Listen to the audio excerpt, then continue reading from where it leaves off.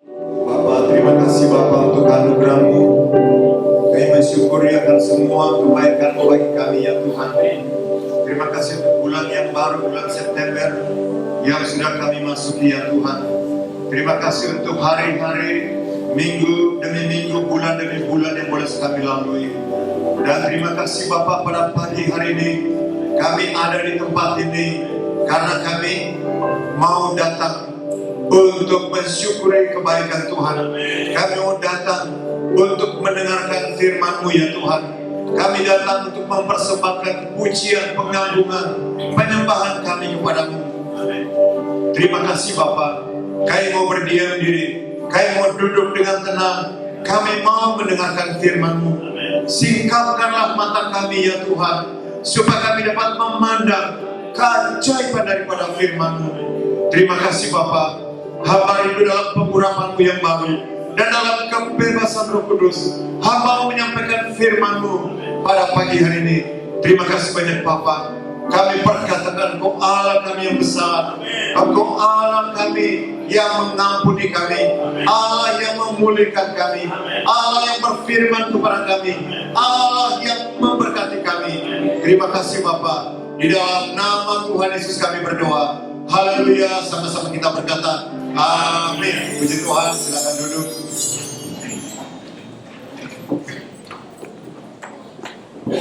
Shalom. Berapa dari antara kita yang bersuka cita lambaikan tangan? Puji Tuhan. Yang bersuka cita lambaikan tangan. Puji Tuhan, puji Tuhan. Berikan sekali lagi tepuk tangan yang meriah, selamat yang meriah bagi Tuhan kita. Puji Tuhan. Mari kita memperhatikan beberapa ayat firman Tuhan. 1 Petrus pasal yang kedua ayat 4, 5, 6, dan 7. Berarti ada 4 ayat firman Tuhan. 1 Petrus pasal 2 ayat 4, 5, 6, dan 7.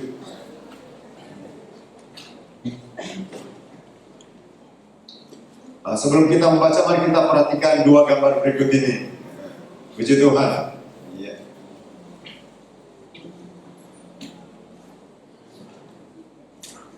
Ya, kita perhatikan dua gambar berikut ini. Ya, ini apa ini Bapak Ibu Saudara? Ini batu-batu yang berserakan. Ya kan? Semua bisa lihat? Iya, ini batu-batu yang berserakan. Ya. Kemudian gambar yang berikut, batu-batu itu kemudian disusun menjadi dinding, kemudian bahkan menjadi bangunan seperti tempat di mana kita beribadah sekarang. Gedung ini terdiri dari batu-batu yang disusun, yang menjadi satu bangunan yang rapi, teratur, karena disusun, karena dikumpulkan menjadi satu gedung, satu bangunan.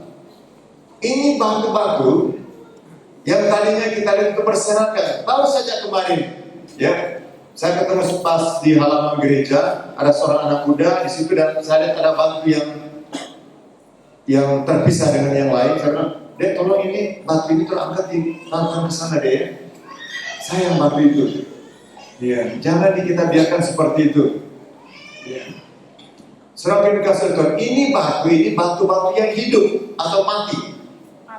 Batu-batu yang mati, bukan batu yang hidup. Coba lihat dulu, baca kiri kanan. Ini batu yang hidup atau batu yang mati? Batu yang hidup. Iya. Ini batu yang hidup atau mati? Hidup. Batu yang hidup atau mati? Yang benar. Batu yang apa? Hidup. Bukan batu yang mati kan? Yang tadi, yang ini tuh batu yang mati. Batu yang hidup. Dan mari kita memperhatikan 1 Petrus 2 ayat yang kelima. Ayat yang kelima. Dan biarlah kamu juga dipergunakan sebagai batu hidup. Perhatikan. Untuk pembangunan suatu rumah rohani. Katakan rumah rohani. Bagi suatu imamat kudus. Untuk mempersembahkan persembahan rohani. Katakan persembahan rohani. Yang karena Yesus Kristus berkenan kepada Allah. Kita ulang baca bersama-sama ayat ini. Sama-sama 2, 2, 3. Dan biarlah kamu juga dipergunakan sebagai batu hidup untuk pembangunan satu rumah rohani bagi suatu imamat kudus, untuk mempersembahkan persembahan rohani yang karena Yesus Kristus berkenan kepada Allah. Bapak Ibu saudara kasih oleh Tuhan, tema firman Tuhan untuk kita hari ini yaitu dipanggil menjadi batu yang hidup bagi pembangunan rumah rohani. Dipanggil menjadi batu hidup bagi pembangunan rumah rohani. Hal yang pertama, Bapak Ibu saudara yang dikasih Tuhan, kita perhatikan baik-baik. Hal yang pertama kita perhatikan bahwa kita dipanggil untuk membangun rumah rohani. Sama-sama katakan 2, 2, 3. Kita dipanggil untuk membangun rumah rohani. Saudaraku, tidak salah, kita semua lagi sibuk untuk membangun gedung ini. Ya. Kita lagi finishing ya untuk bangunan ini. Ini bukan rumah rohani. Ini rumah jasmani. Ini bukan bangunan rohani. Ini bangunan jasmani. Tapi kita dipanggil, ingat, kita tidak boleh abaikan. Kita dipanggil untuk membangun apa? Rumah rohani. Coba lihat dulu, baca kiri kanan. Katakan, dipanggil membangun rumah rohani. Katakan sekali lagi kiri kanan. Engkau dipanggil membangun rumah rohani. Ketika pemain musik dia mendengar musiknya yang sangat-sangat indah kita dengar, membuat kita dipanggil teguhkan. Itu kita membangun rumah rohani. Ketika worship leader memimpin kita untuk memuji menyembah Tuhan, hati kita terangkat, kita menyembah Dia. Itu kita membangun rumah rohani. Ketika singer menyanyikan pujian, kita mengajak kita semua menyembah Tuhan, kita membangun rumah rohani. Saudara yang dikasih oleh Tuhan, kita lebih banyak membangun atau meruntuhkan? Dengarkan baik-baik. Kalau Anda suka ngomongin kekurangan orang lain, kekurangan seseorang kepada orang lain, Anda bukan membangun. Dengarkan baik-baik. Saya ulangi sekali lagi. Dengar baik. Kalau Anda suka menceritakan kekurangan orang lain, kalau Anda suka menceritakan kekurangan seseorang kepada orang lain, Anda bukan membangun. Anda apa? Meruntuhkan. Sampai orang ada yang putus asa, jadi kecewa. Kenapa? Karena hatinya disakiti, hatinya terluka.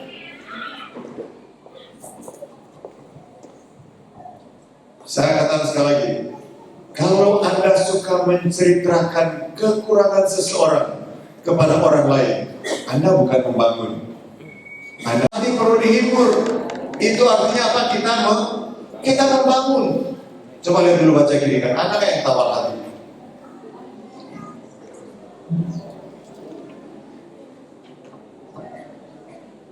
Satu kali ada seorang ibu, ya, aku gak mau tahu lagi sama dia, Pak Pendeta. Entah dia mau hidup mau mati terserah sama dia. Aku gak mau lagi peduli sama dia. Bapak Ibu saudara yang kasih oleh Tuhan, pasar tidak dibantah, tidak bisa saya dapat telepon, Pak, suami ini Pak itu mati Pak, bunuh diri. Dia gantung diri. Kenapa dia lakukan salah seperti itu? Karena ketika dia sudah putus asa, tidak ada yang apa menolong dia. Dia lakukan apa? Kemudian dia ketemu lagi ibu yang sama. Pak, menyesal juga Pak. Masih lebih baik Pak, apa saja dia berbuat biar saya yang penting aku masih punya suami. Tapi sekarang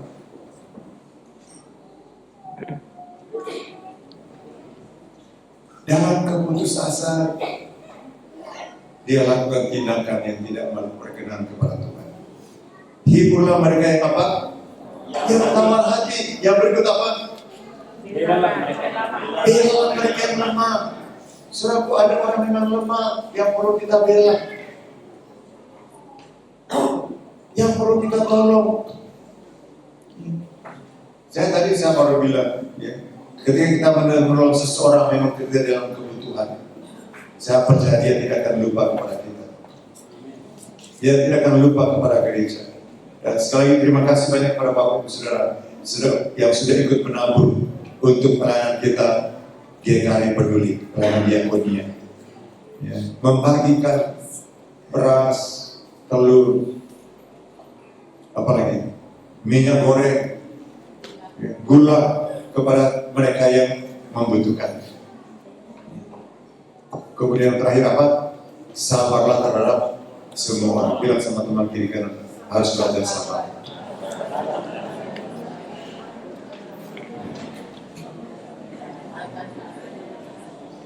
Ya. Kita harus belajar untuk apa? Untuk sabar. Jangan reaktif, jangan cepat emosi. Ya, sabar, belajar untuk sabar. Ya, seperti ibu-ibu di sini, coba baca ibu-ibu di sini. Kan semua baca yang sabar, iya kan? Iya kan? Bapak tidak bilang amin, Pak? Hah? Amin nggak? Amin, puji Tuhan. Punya istri semua yang sabar katanya. Sabar terhadap semua orang, amin. Kita dipanggil untuk apa? Untuk membangun rumah rohani, amin. Ya. Saudara dikasih oleh Tuhan, batu-batu itu harus disusun sedemikian rupa sehingga menjadi satu bangunan yang rapi tersusun. Mari kita membaca bersama-sama Efesus pasal 2 ayat 20 dan 21. Iya. Efesus pasal 2 ayat 20 dan 21.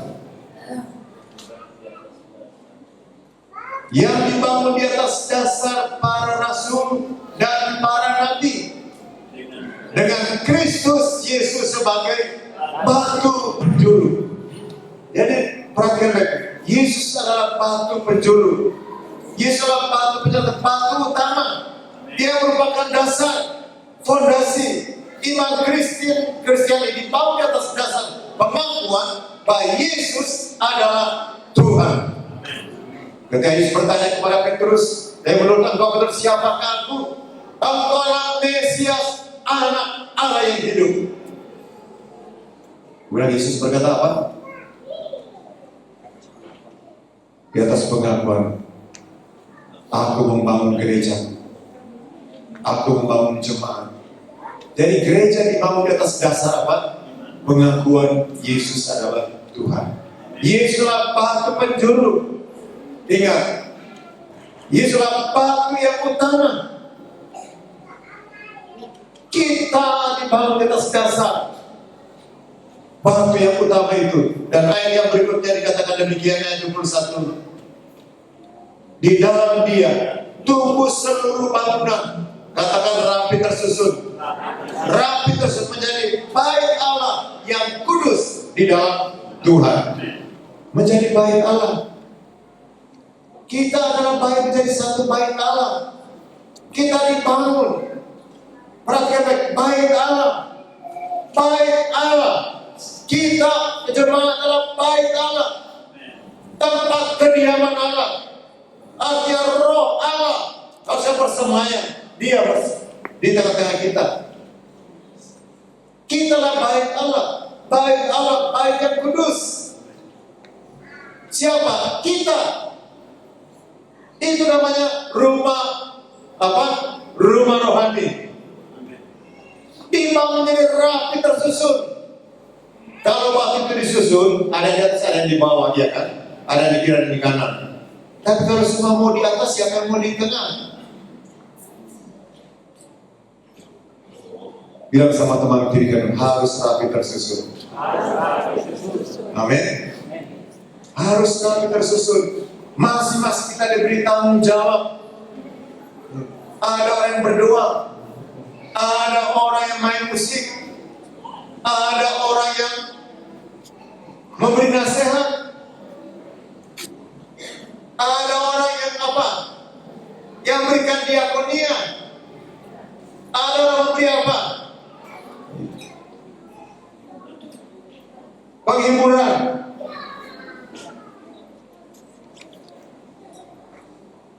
Pak Ramli dan Pak Sukota Barat sudah tunggu-tunggu, kenapa Pak Jemi nggak bilang ada orang yang beri persembahan untuk pembangunan? Ada yang beri persembahan untuk apa? Pembangunan.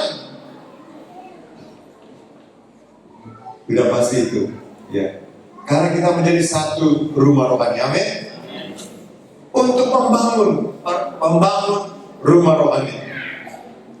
Oke, perhatikan baik-baik. Saya ulangi, yang pertama, kita dipanggil untuk membangun rumah rohani. Yang kedua, perhatikan baik. Ya, kita menjadi batu yang hidup bagi pembangunan rumah rohani. Ya. Poin yang berikut yang kedua, perhatikan baik-baik. Ya. Yesus adalah batu yang hidup, batu penjuru. Tadi kita sudah membaca firman Tuhan ayat-ayat ini, ya. Ayat yang perhatikan, kemudian yang terakhir yang ketiga, datanglah kepada Dia, batu yang hidup itu. Mari kita memperhatikan ayat firman Tuhan ini. 1 Petrus pasal yang kedua ayat yang keempat. Demikian firman Tuhan, dan datanglah kepadanya batu yang hidup itu, yang memang dibuang oleh manusia, tetapi yang dipilih dan dihormati di hadapan Allah. Kita harus apa? Datang kepada Dia, batu yang hidup itu. Dan yang berikut mari kita percaya kepadanya. Datang dan percaya kepadanya, kepada batu yang hidup itu. 1 Petrus pasal 2 ayat yang ke-6.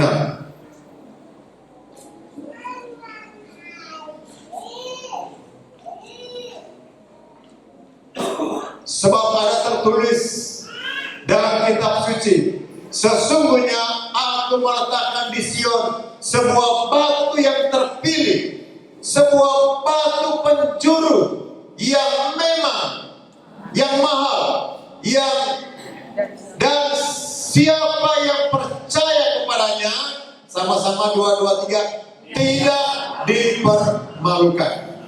Ayat yang keempat, baca kembali. Dan datanglah kepadanya batu yang hidup itu. Saudara yang dikasihi oleh Tuhan, firman Tuhan ya dan amin. Firman Tuhan mengingatkan kita supaya kita datang kepada Dia, batu yang hidup itu. Datang kepada Yesus. Dia adalah batu yang utama itu. Dia adalah batu penjuru. Datanglah kepadanya. Ayat yang keempat. Ayat yang berikutnya, ayat yang terakhir tadi kita baca, supaya kita apa? Percaya kepadanya. Perhatikan baik-baik ayat yang ke-6 bagian terakhir. Dan siapa yang percaya kepadanya tidak akan dipermalukan. Ulang sekali lagi, 2, 2, 3. Dan siapa yang percaya kepadanya tidak akan dipermalukan. Amin.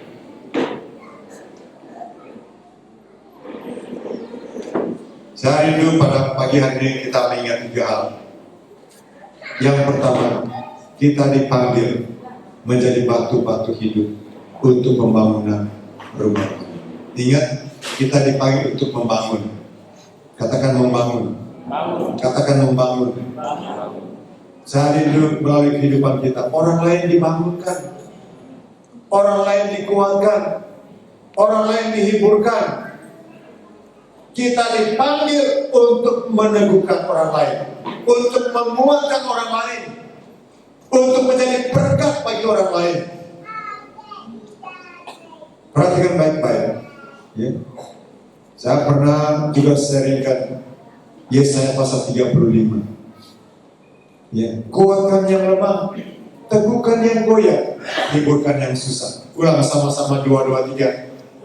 Kuatkan yang lemah, teguhkan yang goyah, hiburkan yang susah. Kita dibentuk untuk menghibur orang, membangun mereka, menguatkan mereka, meneguhkan mereka. Itu artinya apa? Membangun rumah rohani. Jangan membuat orang lain putus asa. Jangan membuat orang lain cemas. Jangan membuat orang lain kecewa. Tapi biarlah hidup kita orang lain dikuatkan. Melalui perkataan kita, orang lain diteguhkan. Melalui kehadiran kita, orang lain diberkati. Amin. Yang berikut yang kedua, ingat, Yesus adalah batu yang utama. Yesus adalah batu penjuru. Biarlah kita semua dibangun di atas dasar batu yang utama itu, rapi tersusun dari satu rumah rohani. Kita adalah satu bangunan rohani, dikatakan tempat kediaman Allah. Allah hadir di tengah-tengah kita umatnya. Kuasanya nyata di tengah kita. Yang terakhir, yang ketiga, sama-sama katakan dua detik. Datanglah dan percayalah kepadanya. Datang dan percaya kepadanya. Bapak Ibu Saudara kasih Tuhan, firman Tuhan yang katakan, yang percaya kepada apa? Tidak dipermalukan. Amin.